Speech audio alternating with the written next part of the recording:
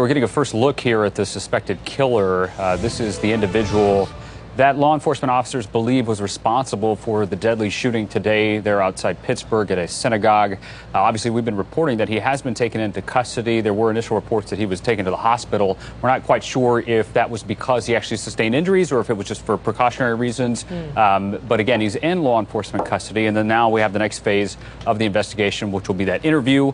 We don't know if he will be cooperating with officials, how that interview process will go, if he'll lawyer up immediately. Again, a lot of questions remain. But obviously, as we've been discussing all morning, that may be an opportunity to glean a little bit of insight into what his thinking was, perhaps his motivation going into this. But a lot ahead for investigators as they try to piece together what took place today. I wonder, James, if there's ever kind of a presumption that he might be a cooperative kind of witness, because if he's already signposting that he's about to do something on social media, saying, can't sit by and watch my people get slaughtered, screw your optics, I'm going in. It almost sounds like an announcement of, I want people to know what I'm doing, what my train of thought is. So might he be, might that kind of already be, I guess, a characteristic of a rather cooperative witness immediately following something like this?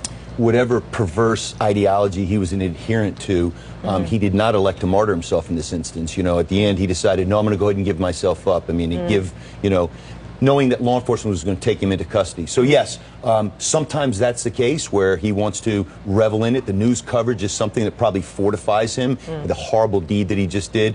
I think law enforcement had an opportunity to probably talk to him right in the aftermath. There's some reports out now that he made some statements again, which I contributed to the fact that the FBI moved in pretty immediately to be the lead agency on this. And then obviously it was because this has got to be a presumed hate crime.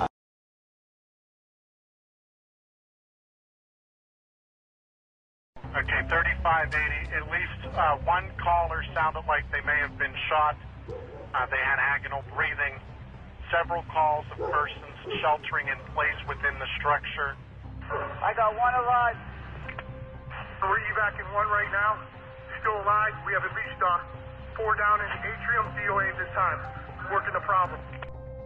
I just saw what was going on, and I just could not believe it. In light of the other things that are going on across the nation, to see this right on my streets where I was heading, I'm still processing it.